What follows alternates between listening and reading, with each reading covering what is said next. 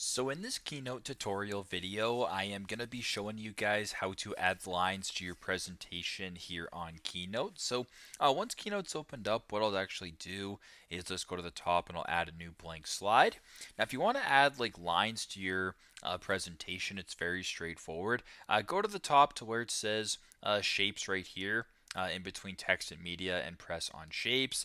Then where it says basic geometry right here, you can go ahead and hover over top of this. This, of course, is a line. Now, once you have the line right here, you can make the line, you can move it wherever you want. You can kind of change the angle of the line.